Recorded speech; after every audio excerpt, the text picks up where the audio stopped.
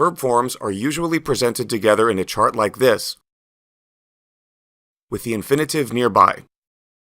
There's always a spot for the regional form used in Spain, but it's often left blank if you're planning to use Spanish in the Americas. However, there isn't a spot for the regional form that's used throughout the Americas, and not in Spain. Many students memorize the chart without seeing the patterns in the chart. The basic singular form is found in the bottom row. The infinitive is still handy to see the verb root, and also to notice the vowel in the basic singular form that starts the pattern. Instead of starting with the infinitive outside of the chart, build the other forms starting with the basic singular form inside the chart. Then you can add the mini endings N, S, and MOS. Only one form in the present uses an entirely different ending, and it's not hard to remember which one. Of course, the purpose of using Spanish is to use verbs outside the box in the real world. Lining them up in one column, in this order, will help you see the patterns so you can use them in the real world without thinking too much. Let's do a quick review before moving on to the last section. We start with the basic singular form that shows the main ending. Then we add the suffixes N, S, and MOS, the mini endings. The one form that uses an entirely different ending really stands out. We can draw a line to separate the two basic forms on top and the three special forms on the bottom.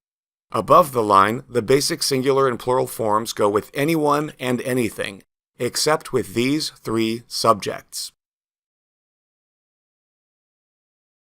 All proper nouns go with the basic singular and plural forms. They can only cross the line as a part of we. And all common nouns go with the basic singular plural forms. They can only cross the line as a part of we. These three special subjects have their own special endings, and only one of them can sneak above the line as part of a group. In Spanish, there are several ways to say you, and each goes with a different verb ending. One of them has its own unique ending, and the other two use the generic singular and plural endings. Remember that one can sneak above the line as part of a group. We have one section to go, but if you're running out of steam, now's a great time to take a break. So far, we've looked at one spelling pattern of Spanish verbs, and we've shown it in blue. But there are actually two more patterns, a total of 3. We'll show the next pattern in green to help you spot the one difference. Can you see it? Fortunately, everything else is the same. Add an N, an S, and MOS. Again, to talk about myself, I use an entirely new ending. In the green pattern, the main ending is different, but the mini endings are the same. And the entirely new ending is also the same in both spelling patterns. The spelling pattern is reflected in the infinitive.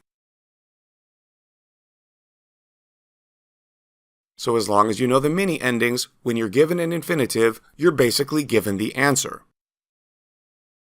The last pattern is only a minor variation of the second pattern, so we'll show it in the same color, green.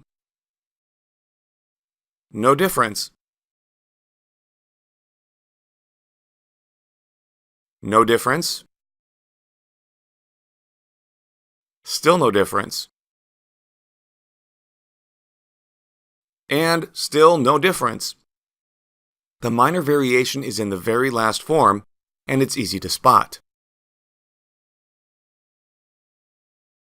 The mini ending is the same, and only one letter has changed. This definitely is only a minor difference. Fortunately, this minor variation is reflected in the infinitive.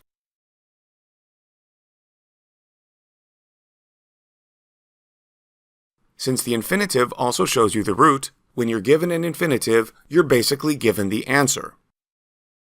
You may be surprised to find out that almost 80% of Spanish verbs follow the blue spelling pattern.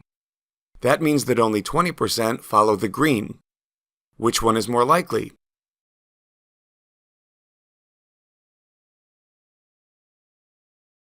You may think that verbs are the hardest part of Spanish, But if you can see patterns and establish meaning, they're logical and easy.